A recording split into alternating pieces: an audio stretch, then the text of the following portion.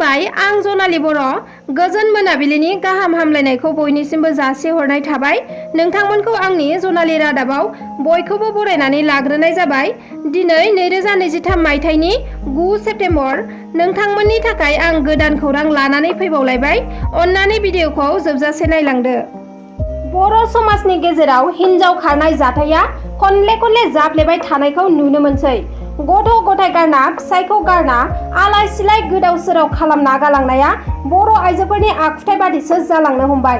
तामुलपुर जिल्लानि सिङाव थानाय बगामाथि खाथिनि दुलु बर'नि बिसि बिनिता बर'आ दायो बहाबा खारखुमाना दं। मिथिना मोननाय बादिब्ला बिसोर गुवाहाटियाव थायोमोन। बिहा सासे गथ'बो दंमोन। बिथांजोआ दा गावनि अन्थाव बाथाव फिसाखौ नागारनानै आरो गावनि फिसाय दुलुर बर'खौ नागारनानै बहाबा खारखुमाना दं। फिसाया फोरमायनाय बादिब्ला बिनिता बर'आ सिगांनिफ्रायनो सासे सेंग्राजों रायज्लायबाय थायोमोन।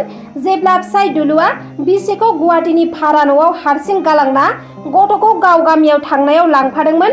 बे समावनो फिसाय गैयैखौ खाबु लानानै गुबुन गाव रायज्लायबाय थाग्रा सेंग्राजों खारफालाङो।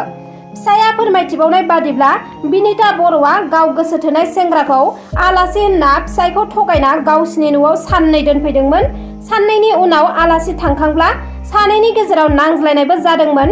बे समावबो बिसिया नोंजों थाला आं गुबुनजों थांसै होननाबो बुंखादोंमोन होनना फोरमायथिदों दुलु बर' बिथाङा। दा गमामायैनो बिनिता बर'आ खारमारबाय। गथ'आ बिमा नागिरना हराव गाबबाय थायो आरो गथ'नि फरिखाबो सोलिगासिनो थानायनि जाउनाव फिसाया जोबोद दुखु खस्थ' जेंनायाव गोग्लैनानै दं।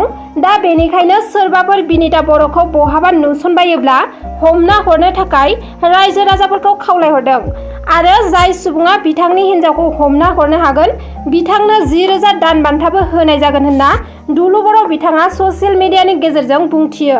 बिथांनि होखानाय मबाइल नाम्बाराव नोंथांमोना हमनो हायोब्ला खौरां हरनो हागोन। राजखान्थिनि बेलायाव खौरांनि गेजेरजों गावजों गाव सोंखारिलायबाय थानायखौल' नुनो मोनसै। पृथ्वीराज नारायण देब मेसखौ बे समाव इउपिपिएल राजखान्थि हान्जानि गाहाय नेहाथारिया गोख्रों रावजों सोंखारिनायखौ नुनो मोनदों। बिथाङा एस्ट्रलजार नामा? बिथाङा गणना नामा? जाय समाव बिसायख'थिनि भट होनाय समानो फैयाखै, काउन्टिंबो जायाखै, बिथाङा बोरैहाय 1.5 लाख 2 लाख भट मोनगोन होननानै बुंनो हाखो? आरो आं बिथांखौ सिनायाबो। बे गोख्रों बाथ्राखौ बुंथियो इउपिपिएल हान्जानि नेहाथारि राजु नार्जारि बिथाङा। बेल' नङा, पृथ्वीराज नारायण देब मेसआ गावखौनो जखारसो बानायनानै लादों आरो बिथाङा बिजनेसबो खालामो। सम लानानै गुबुन मोनसे दलखौ बखिनानै गुबुन मोनसे दलनिफ्राय रां लायो। बे बाथ्राखौ आं खोनानायसो। आं बिथांखौ सिनायाबो।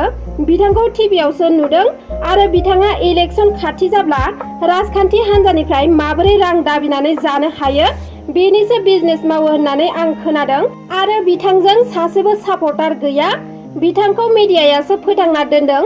जुदि मिडियाया फोथाङाब्ला बिथाङा हारसिङैनो डेड जासिगोन होनना गोख्रों रावजों सोंखारिनानै बुंथियो पृथ्वीराज नारायण देब मेसनि सायाव इउपिपिएल हान्जानि गाहाय नेहाथारि राजु नार्जारि बिथाङा। हाग्रानि जुनारफोरनि देहानि गुबुन बाहागोफोरजों लोगोसे 7 सुरां सिखारिफोरखौ हमदों हाग्रा बिफाना। मानास माहारियारि हाग्रामानि बासबारि रेन्जनि सिङाव थानाय काहिताम्मा बिटनि सामथाइबारिनिफ्राय हमनो हादों 7 फलान। हमजानाय 7 फलानफोरनि मुङा फारियै लाथा बर', रहेन बसुमतारी, महेन बसुमतारी, बिजय बसुमतारी आरो थेरा दैमारी। रिपर्टनि बादिब्ला मानास माहारियारि हाग्रामानि हाग्रा बिफाना लाथा बर'नि न'आव गिबियाव सिग्रोमदोंमोन। बेनि उनावनो आरोबाव 4खौ हमदों। सिखाव फलान सन्देह खालामना बिथां 7खौबो हमदों। फोरमायथिनाय बादिब्ला बिसोरनिफ्राय आखाइजों बानायनाय सिलाइ हमनो हानायजों लोगोसे गुबुन जुनारफोरनि देहानि बाहागोफोर जेरै गान्दा गं, गान्दा बिगुर, मोसानि आसुगुर, मोसानि बिगुर, हाग्रानि मैसोनि गं, मैनि गं बायदि अंगफोरखौ हमनो हादों आरो बेबादिनो गोबां हमनो मोनदों। फोरमायथिनाय बादिब्ला हमजानाय बिथांमोनहा गोबां जिब जुनारखौ बुथारनायजों सोमोन्दो दंमोन।